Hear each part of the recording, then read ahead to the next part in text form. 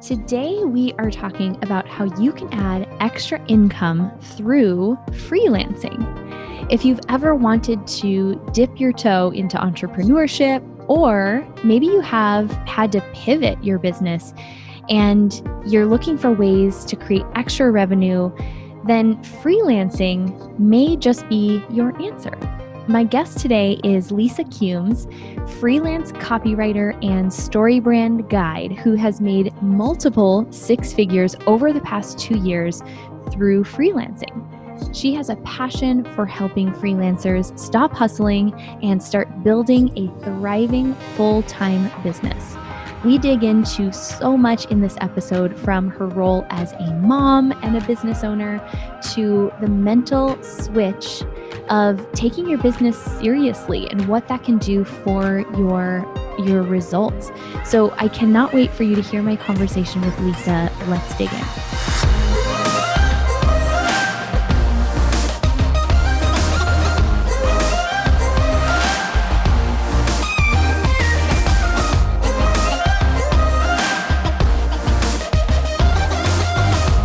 Back to the podcast. I have someone really special today. We were just having some fun getting all caught up via Zoom here because we are still locked down at the time of this recording.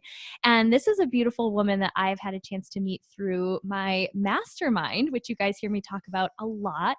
And what's so cool about being in a room full of other entrepreneurs is you are able to leverage other people's gifts and strengths. And the moment that she started really sharing about the topic I'm going to have her share today, I knew that I had to share it with all of you, especially right now. I think it's so timely. And so we're going to get into all things freelancing and how you can really create some serious income there.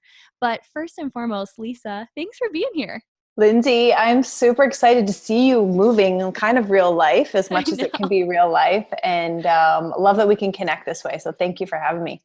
I literally just before coming on to connect with you via Zoom have been on 2 other calls this morning. And I was thinking to myself, like, I should just change my mailing address to zoom.us because this is basically where I live now. But 100%. Thank goodness for technology, right? And Yeah. That's part of what we're even going to talk about today. There's so many platforms to allow you to get yourself and your services and your gifts into the world in a unique way that maybe we wouldn't have had to think about if we were able to network in traditional ways or lead generate in traditional ways. So before we dive into all of that, I'd love if you would just share, give everyone a little context about who you are, how you have come to create this copywriting business, and essentially now transitioning that into helping others learn to take their skills to the world via freelancing. Sure. Wow, that's a great intro. I have to start, I guess, by identifying as a mom, right? And I hardly ever do that. I always try to identify as a business person or whatever. But in this context, I have 3 kids, and when I first started freelancing, my oldest was 3 years old and I had a 6-week-old. So this was 12 years ago, was the first time I tried doing something online, like a freelancing platform. It was still kind of new. And the reason why I bring the context up about being a mom is that the drive and the ambition that I have inside me, I have felt for years and years was held back by having kids. I'm just being honest. And that I am a better mother when I'm a working mother. And when you choose to have 2 kids and then 3, you tend to make those choices like, okay, this is for real. I'm like really a mom now, right? I can't just go pursue all my things. And I found an outlet for me to be able to still stay home and work. And I never really say I'm a stay-at-home mom. I'm like, I'm a work from home mom. And when sometimes you're given the constraints, you get really creative. I find that when you have boundaries, that's where creativity flourishes. And so I had to get really creative about making money and expressing myself. And freelancing gave me that outlet. And so for the last probably 12 years, almost all of that, I have built some kind of like a business from home, mostly helping others as a virtual assistant, doing web researching, helping running events. And it was the last 3 years that I turned into doing copywriting and realized, oh my God, I love this. I get to combine like my business entrepreneurial side with writing and help other entrepreneurs. So that's a quick synopsis of how I got there. But, you know, maybe somebody out there is a mom who thinks, well, I'm a mom, so I can't do that. I'm like, thank God I had something. It made me a better mother while I was able to do both things. That's so, first of all, thank you for just sharing so honestly. I know that really connected with so many women listening. So I just appreciate you. Thank you. You know, I like to say that there's, you know, the two options, which are like, oh, I work, you know, and somebody takes care of my kids, or I stay home and take care of my kids. And for many years, I advocated for the third way, or the third option, which is why can't you have both? I must say it is very challenging, because when you are home, the kids think you're home. You're like, mom's here. And I'm like, we had to set boundaries up with all of that. And so my kids have watched me grow businesses from there. And, you know, switching over to understanding the guts of freelancing. I love to call it being a freelancer, but the truth is you're a business owner. Yeah. You're an entrepreneur. Like, people love to call themselves different things at different times, you know, whatever it is. Freelancer is just a creative way to say I run my own business. So you still have to wake up every day going, is this all going to fall apart? Am I going to be able to pay the bills with this? What if I don't get a client today? And I had imposter syndrome for many years, where like, what if they figure out I'm really not a copywriter? So just the emotional roller coaster of like, is this for real? Is it legit? Can I really make a sustainable business? And so just in context, my first year hustling on a platform called Upwork, I was able to make $100,000 and some thousand, not even really knowing what I was doing. And then the second year I doubled that. And I say that because I want people to go, she looks kind of normal. She looks real. And she has 3 kids. If she can do it, and that's really my heart, is like, yes, if I can do it, then other people can do it. And we need to see more examples out there. Okay, I just want to like retweet everything you just said, because if I could tattoo that on my forehead and really have the women in our community get that, I would. Maybe not a permanent tattoo, but like, you know, a temporary one. Sure. But I would actually love, this isn't the intention that we even set up this interview, but something you said, I know is going to really speak to at least one person listening. You were talking a little bit about like that imposter syndrome for yourself, and starting to, I'm curious to know if there was a point for you and what it took for you to step back and be like, you know what? I am a business owner. This isn't just my little like cute thing on the side. Was there a defining moment, and what did it take for you to get there? Oh, I got chills. It was a shift that took a long time to come. The first thing, one, is that I was identifying as a hustling freelancer side gig. Like, I, for some reason, took on that identity. And when you do that, you're working for lower rates. You're thinking short term. You're just in that hustle mode. And I mean, as in like kind of like scrapping. And most business owners need to do that. But if you don't make the shift, you'll never get out of there. So that's the first thing. The second thing was, I just never thought of myself as a business owner. And it wasn't until my accountant was like, you made $125,000 working from home. I think you are a legit business. And I literally was like, say what? You know? And so I didn't really understand the value of that. And he's like, you need now to become an S Corp and you need this. And I was like, yeah, but I'm just a working from home. Like, I still wanted to cling to that identity. I don't really know why, but it was hard to shift. It wasn't until I got my first business card, I was like, oh, I'm for reals. This is happening, right? I remember going, this is really happening. But let me tell you this, and I just got off a webinar talking to people about it, and I get fired up. Just because you make it and you cross 6 figures, if you don't think that I still don't wake up waiting for it to fall apart, I still don't wake up with that imposter syndrome, it is just at a different level. Mm-hmm. And I'm like, well, no, I got lucky last year.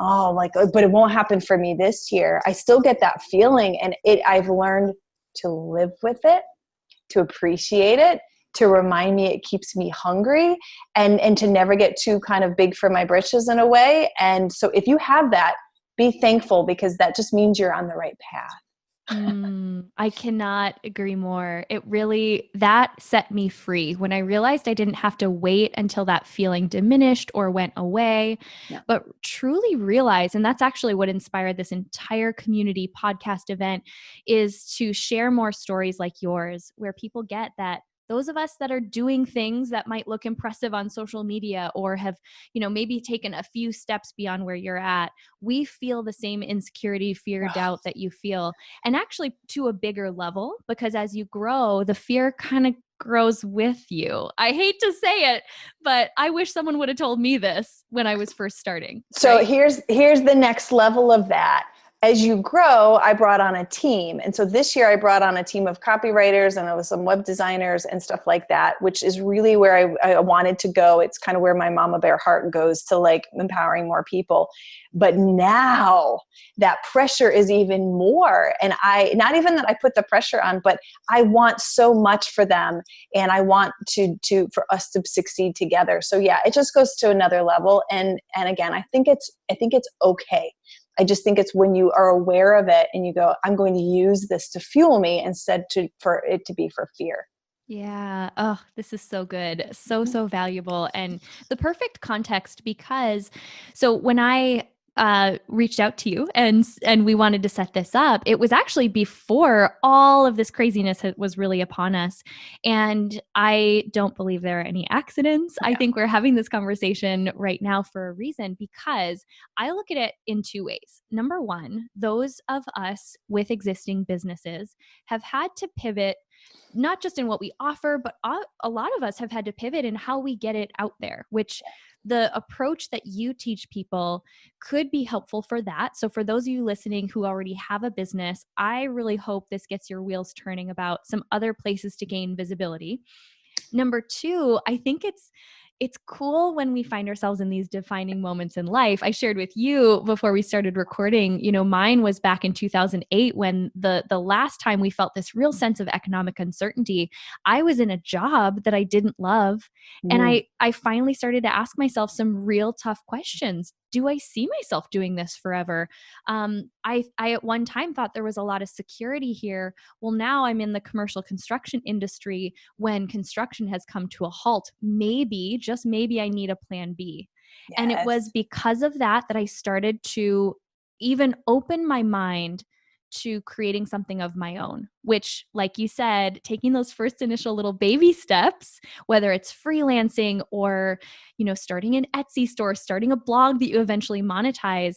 I think there are these defining moments. So I would bet a lot of our audience falls in either one of those two camps. So I wanted to share that as we set the context for this whole conversation around what is freelancing, and then how, what are your best tips for how to do it effectively, how to break that mentality of like just grinding it out, just scraping by, because that's not what we want to set people up for. No, I refuse. No, I have created my own word, and it's called Full Thrive, THRIVE. And it means that you work with clients you like on work that you love on your own schedule. Might be 40 hours, might be 60, might be 20. It does not mean a certain hour amount. It just means you work full thrive. You have the freedom. So freelancing to me is freedom. It is more work than if you showed up at a job. So don't get me wrong, this is not easy, but you have the freedom and you are in control of making those choices for good or for bad. I don't want to say there's no safety net, but the safety net is not there as much, but the freedom is. When I left a full-time job 3 years ago, single mom, 3 kids, not giving you a hard luck story, but I left a job, and so people will relate to this because I left thinking, oh, I'm going to get hired. Like, I put out 20 beautiful resumes, perfectly written cover letters. I live in LA. There's millions of people here. I was going to land a 6-figure job, no problem, right? And the first week, nothing happened. Second week, nothing happened. In the meantime, I'm hustling on Upwork, writing blogs for people, just in the meantime. Well, a month went by. And then 2 months went by, and now the rent is due. And I'm telling you, I had a coming to Jesus moment where I was like, nobody is coming to rescue me. Wow. I was like, nope, you need to pick yourself. Girl, you need to pick yourself right now. And I still get chills because I was like, yeah, but I was like, nope, you don't have the time anymore. Pick yourself. Right. And I was like, so I did it. I like kind of like burned the bridges or boats or whatever. And I said, this is it. This is what I'm going to do. And I stopped dabbling. And too many people dabble. They like, oh, I'm going to start this, but I'm going to do this. And yes, it's good to have some plan Bs, but if you're dabbling, you're never going to see the momentum, right? If you dabble in your weight loss and your workouts and relationships, dabbling never works. So you need to buckle down. So freelancing is picking yourself, and whatever it is. Traditional freelancing would be somebody who has a skill like writing, researching, bookkeeping, graphic design, website building, anything that's like a skill that somebody else might need. And you could work in a company, that would be an employee. You could freelance where you work for multiple different people at one time. You could just work for one client. Freelancing tends to be working from home. I'm giving you kind of the super basics here. But somebody might go, I want to do that, but I don't know what I can do. I started as a virtual assistant, which is basically a jack of all trades, pretty much working for somebody like a Lindsay who says, Lisa, could you do this for me? I'm like, but could you do this? Yes. You just say yes to everything. If you're a yes person, you might like being a virtual assistant. Oh, and if you love learning new things too. I literally think about, mine isn't virtual, but my amazing team member, Hannah, like when we have a problem, she's like, I'm on it. I'm going to research it. Like that attitude, that is such an asset to someone who's a business owner and like a visionary and wants to be focusing on their gifts, not in the weeds. Oh, this is like so brilliant. Okay, keep going. So if you're looking at that, my first few gigs were like web research and writing blogs and stuff that I knew I could do, but I had not had a lot of experience. So you might be asking yourself, yeah, but I don't have a lot of experience. If you have that attitude and you're willing to go Google it and figure it out, people will pay you, believe it or not, for your attitude but here's the thing, they are not paying you for your skill. They are paying you for the time they are buying back. And I have hired many people on freelancing platforms, and I'm just like, listen, I know you're not perfect, and I know you're going to learn, but guess what? You are going to free me up to do what I do. So you can freelance for time, so to speak, okay? Now, there's some people that freelance for skills. If I need a website built, or if I need somebody to set up my Facebook ad funnel, and I'm like, oh my God, I have no idea how to do it. There's a difference between not knowing how to do it and not having the time to do it. So freelancers can fill lots of different roles. If you're an expert at something, then people will hire you for your expertise, and you're going to get paid more for that. But I just want you to think, maybe you're not an expert at something. That's okay. There's still opportunities out there for you. But let's say you currently have a business. Maybe you're a professional service. Maybe you are an accountant or a lawyer. And for now, you've been getting all your business through referrals, but now we're locked down. You could, believe it or not, there are plenty of jobs out there for people who can consult with a lawyer virtually or online. And you might go, I would never do that. That's beneath me. Well, there's a whole lot of stuff that we're going to have to do that maybe we didn't think we were going to do, right? Mm-hmm. And so when people ask me about the work I do, and I'm not really going to get into a whole lot about copywriting, but people think, oh, I'm not going to work for $10 an hour. I'm not going to work for blah, blah, blah. Guys, I just told you I made $100,000 my first year. I didn't know what I was doing. My projects are $5,000, $6,000, $7,000 projects. Like, this is not chump change. Most people are like, oh, it's, a work way undervalue for my skills. It all depends on how you set it up. It all depends on how you pitch yourself. It all depends on your savvy business skills, not just how you can do the job. I'll stop my rant here. I could go on and on and on. No, I want mindset. more. It's mindset, and it's a different way to sell. So it's still a sales funnel. And, some people spend a lot of money and time curating their Instagram, because that's how they get business. And I've thought about this a lot, Lindsay, because I'm a little behind in terms of, I just crossed 1,000 people on Instagram, right? Well, guess what? And people always talk about the little blue check and being verified and all this stuff. I was like, man, I'll never get there. Well, I went to my Upwork profile yesterday and looked at that. Dang it, if I don't have a blue check, if I am not the queen of my platform, it's just a different platform. And I'm like, of course, I have spent years honing and perfecting. I'm like, wait, just because I'm not on this platform. So I say that not as a pat on the back, but just to say there are other platforms out there, people, besides Facebook and Upwork. No, before Facebook and Instagram. And so exposing yourself to new ways to meet potential clients and get business is so important right now. Oh, okay. That was such a mic drop because we are in this social media world. And while that is one way to get in front of people, if I'm a business owner, I'm like, wait, I am a business owner, Yes. right? If I'm looking to fill a specific need, I'm probably going to Google it first. Or if I know of platforms like Upwork, Fiverr, other freelancing platforms, I'm literally going to say, web developer. I'm not going to go to Instagram and find like the most beautiful profile. I'm going to go straight to the person that I want to hire or virtual assistant, you name it. Yes. And so funny enough, as much as I pick on Upwork because that's my preferred platform, but you're right. There's Fiverr, there's freelancer.com, and I cannot wait to build a platform to disrupt Upwork. That is my claim. I have it in the works. I've already wireframed it. Anyway, stay tuned on that one. But when you Google copywriter, I'm a StoryBrand copywriter as well. So if you Google StoryBrand copywriter, Upwork is a search platform. So you better believe I come right up near the top, not because of like my personal website, but because of Upwork and is so prevalent out there. So it's definitely a great way for people to find you. Yeah. Okay. I love that. And I've had told you about this, how much I love StoryBrand. Yes. I could geek out on that for days.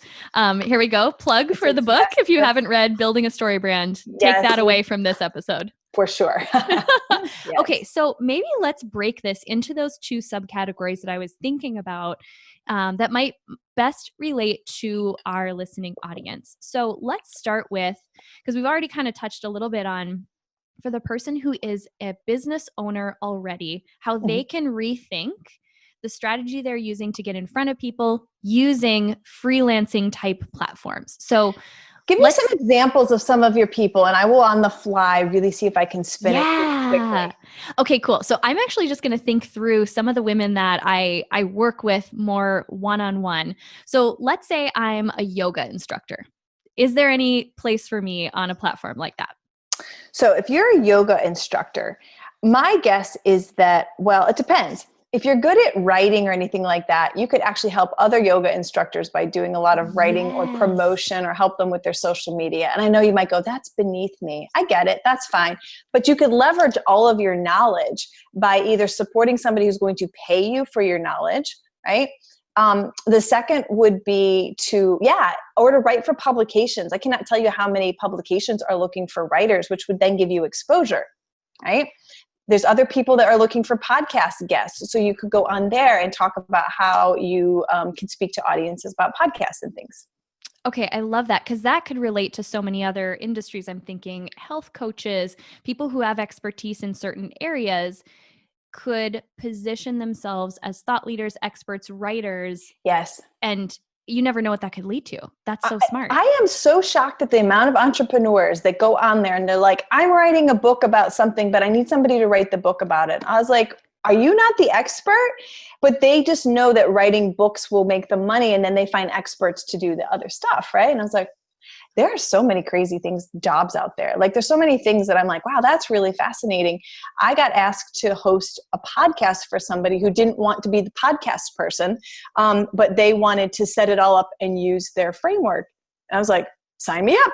I'm up for that. So yeah, there's lots of really interesting things out there. Yeah. Okay. Then what about, I'm just thinking of like main categories so that we can maybe speak to as many people as possible. What about the person who is a coach of some kind? So maybe it's a business coach or someone in that kind of space. Yes. Thank you. So that one's probably a little bit easier than a health coach. I was stretching on that one, but I tried. No, that was good. I actually think that was brilliant what you shared. Thank you. So coaches in particular, there are a lot of people out there that need help with strategy, with business plans, with actual just accountability coaching, somebody to bounce ideas off of. There is definitely people who need help like with, accounting, setting up systems and processes, even just like I said, being a business coach. I know that oftentimes projects will get posted and it be like a really big project, but you can go in and apply for part of it. I was just doing this conversation with my group this afternoon. And I was saying, listen, don't wait till you feel like you're fully qualified for the project. Go in and say, I'm an expert in this part and I can help you with this. And I'll tell you what, they will pay attention. They'll be like, wow, that takes a lot of initiative to say, this is the part that I can add value to. So yeah, I think there's plenty of opportunity, especially for business coaches. So maybe this is a great question to have you answer too. And then we can position it more to the person who's maybe starting out and trying to figure out how they would want to position themselves. But if someone's not familiar, I know we keep using the example from Upwork because it's the one you're most familiar with. So we'll just kind of stick there. Every platform is going to have its own way of working. Explain how. Okay, let's say I'm the business coach and I'm going onto the platform. Where do I actually find these opportunities to apply for? Okay, while we're talking, I'm just going to go over here and have a look at all the categories. There you go. I love it. Here. Yeah, because the problem with Upwork is it's really noisy. There is so much opportunity and so many freelancers on there. So in fairness, it's kind of got the good and the bad. You really kind of have to know where to search. But there is a lot of startups and companies that want to pitch for funding that need somebody to help them know how to put together a presentation or need to know how to, like I said, create a business plan or, check their numbers or things like that, right? So a business coach would be great in helping with that. The other thing is that if they're writing proposals and your coach is like, hey, I write proposals all day long, I can teach anybody how to write a proposal. That's another great one I see all the time. There's a link right in here for business coaching. I get a lot of people for me that will say, hey, can you help me put words on a website? And I'm like, sure. I asked them 2 questions, Lindsay, and I realized they have no idea what they're doing, period. And I end up shifting into well, let's have a little business coaching session here. Legit, that really should be for a business coach and not a copywriter. I just kind of happen to wear both hats. Yeah. So that would be a great place to look. Let me just look up some of the categories. Ask another question and I'll... So market research, customer research, if you've done anything for your own business, here's where I think would be interesting. If you have a health coach that's killing it in her Instagram or killing it in her email campaigns, I know it sounds strange, but you can go in and teach other people or do it for them or consult for them to say, this is how it's working for me. I recently launched a course and coaching package. I am not an expert at that. We should bring in our friend Jess to do that, right? But I have had people hire me because they saw that I did it. And I'm like, okay, I can show you how to do this. So if you think you're good at something, there will be somebody that's willing to pay you for your knowledge on platforms like this. Okay, so brilliant, because again, you have said it several times. We're in a season where you might have to consider doing some things you wouldn't have done before when your schedule was full with your regular clients. But what I do believe could happen is that this could end up opening something that you wouldn't have considered doing. And actually, do you want to share your own personal story with how this season has propelled you into doing what you deep down had thought about doing for a while? And then we'll get to the newbies. Okay. We won't forget about you. How funny. So I worked for about 2 years head down in my business. My business is to do Zoom calls with clients and then help them write words for their website or marketing materials or emails, right? Pretty straightforward, StoryBrand copywriter, one and done. I spent my time on Upwork, head down. Well, as the business grew and grew and grew, I ended up with a wait list of people and I was like, I'm going to have to hire some help.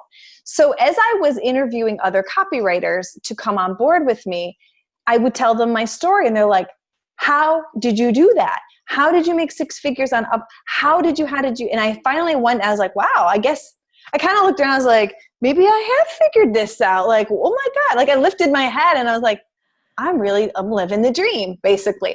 So then the one copywriter, I love her. She's on my team now. Katie goes, can I pay you to coach me?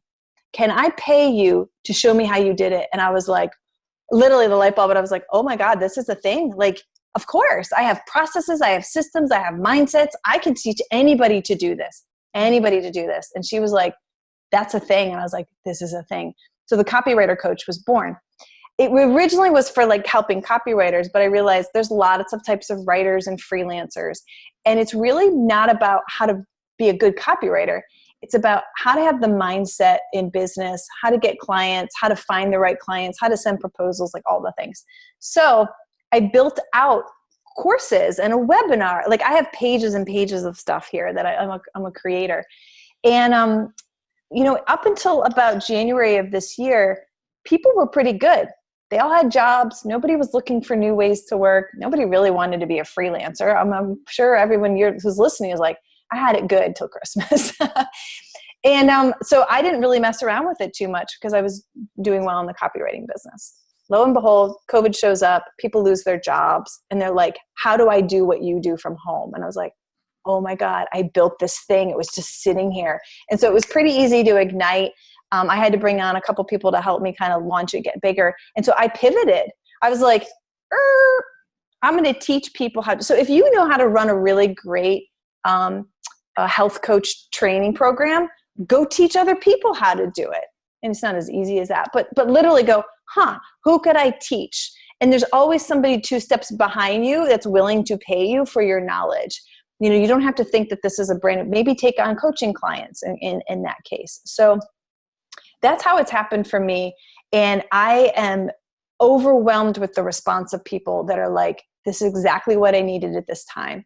So if you keep an open mind and you lift your head up, it's there. Like it's all around you anyway. I believe that. I believe that when we go looking for those things, they're already there for us. It's so true. I think everything I've created in my business is the result of I finally woke up after like the 10th person was like, will you please create this? Like, when are you going to create that thing so I can pay you my money? Yes. And sometimes it's not that obvious. Sometimes it starts by people saying like, oh gosh, do you offer that? Or do you know someone who does? Like, it's not them waving their credit cards at you, but eventually they start to just like, they want to like knock on your noggin and say like, are you going to do this already? I'm waiting for it. So I think that's such a good reminder. And I love that part of your story. So for the person who maybe in this season, they are having that, like come to Jesus or whatever we want to call it, like moment where they're like, gosh, I don't know if the job that I was in is really for me anymore. Or maybe, listening to this woman who made me say, gosh, that could be me. She seems normal. I love when you said that. Is making people wake up to like, gosh, freedom sounds pretty cool. I'm curious to know if there's something in this for me. We already talked about like virtual assistant being a great place to start, even just a great way to dabble in seeing what parts you like and don't like that you could like hone in on. But any other tips for that person who is opening their mind now in this season to the idea of creating something of their own through freelancing? What other advice would you give to someone in that situation? Great question. And before you start looking for a hole in the market or who will pay you money, I honestly believe it comes from that inner question. You say, what lights me up? What would I be willing to do for free or peanuts if I had to? What is the thing that I can do in a sustainable way that naturally people are drawn to? And so those are like little breadcrumbs that help you. I do this with clients all the time because they're like, oh, I should build this. I'm like, stop the should. I want, this is, I naturally, because it will then convey itself and you'll communicate it through everything that you're doing. So that's the very first thing.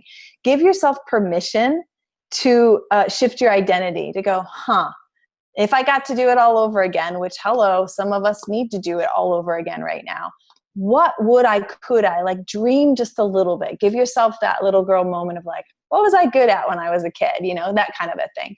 I know that seems really idealistic, but that does really give you the initial starting off point, because there's nothing worse than trying to do the uphill battle of starting something and not really knowing if that's your thing. So you might as well go with the thing that already is. Okay. So that's the first thing. I would spend some time on these platforms, like looking.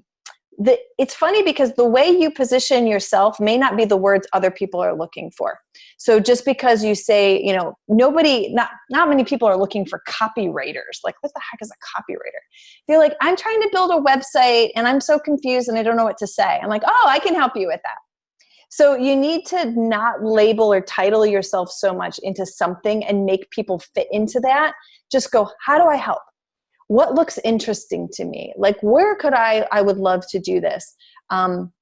because you may need to do a little bit of work for a friend and family to get a little bit of a piece of an example or a sample or portfolio. So if you've never written a blog before, but you're like, I want to write a blog. Awesome. How funny is this? People will pay you to get started and learn. So that's great. But maybe you need to write a blog for your, mother, brother, sister, or whatever, and then use that as kind of your showpiece. It does not take much to get started. I have to say that. It does not. Like if you just show up, you smile, you're polite, your grammar in English is great, you're already beating half the world. Like, oh, it's so true. Right? Have you hired anybody off freelance platforms before? Or? I have not, but even just in terms of hiring people, contractors for our events or for other things, we work with some incredible people, but it shocks me how sometimes like the lack of timeliness when I'm saying, I would like to pay you my money. And then, like the lack of timeliness or thought in a response, it's just mind boggling. So they may not take it serious. If you take it serious and you realize that there's somebody else on the other side of that computer who is like talking to you. Here's the funny thing. People think, oh, all the people on the freelance platforms. I have, Mike King. Mike King is in he found me on Upwork. I'm going to his wedding later this year. Like, we are friends. Like we have connected more. I have more friends that I made through, finding people through Upwork. So you can meet some really amazing clients and they might hire you for one thing and then go, oh, I didn't know you did that. Hey, let's plug you in over here. So it really is just exposure. It's a chance to see maybe a different world. You might think of it as an underworld. It's not really. In fact, sometimes I'm like, oh, don't go on there. Just leave all the good people for me. But it's not true. There's so much abundance. I believe in abundance. So now I've been giving away my tips and tricks and secrets to everybody. But I believe that the more we do this, the more it will come back for everybody. Amen to that. And you kind of set me up perfectly for the question I was going to ask next, which is where can people connect with you? Where can they become your 1,001st Instagram follower? Just kidding. You're already past that. But where can people connect with you? Because you really are right now sharing so many incredible resources in this world. You know what? I'm on content overload at the moment. I started some Facebook groups. So here's a bunch of places. Okay. So there's two aspects to who I am and what I do. I help businesses and clients who need to simplify their messaging, who need StoryBrand, who like, oh my God, I can't write emails or I need my website updated. I started a free Facebook group to go through the book.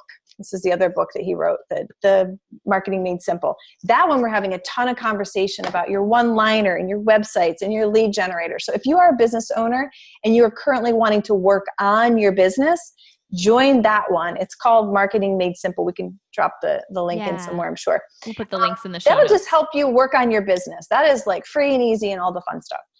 If you're like, I need to know more about freelancing or working with clients online, the copywriter coach is where I talk to people about basically running their own business, having the mindset of a business owner. How do you thrive? How do you know what to charge? How do you write great proposals? So on the other side of things. So I put it all under my one Instagram, so you can find most of it there.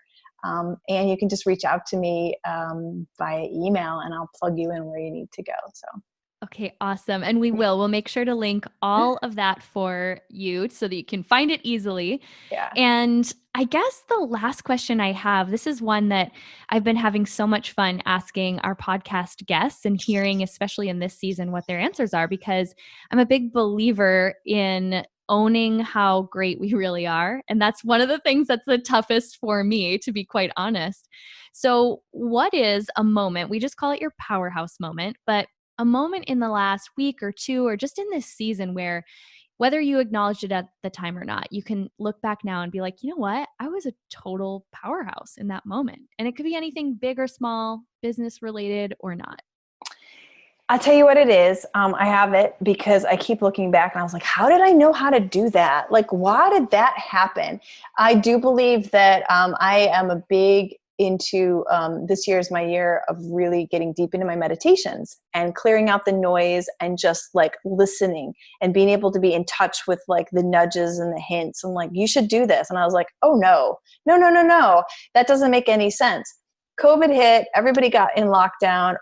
Everybody was saying, oh my God, the businesses are falling apart. And I decided to invest $1,000 and send out books to all my previous clients, not even my current clients, my previous clients. And I said, because our mentor said, you'll be remembered the most in a time of crisis. So I'm like, but what if I need that money?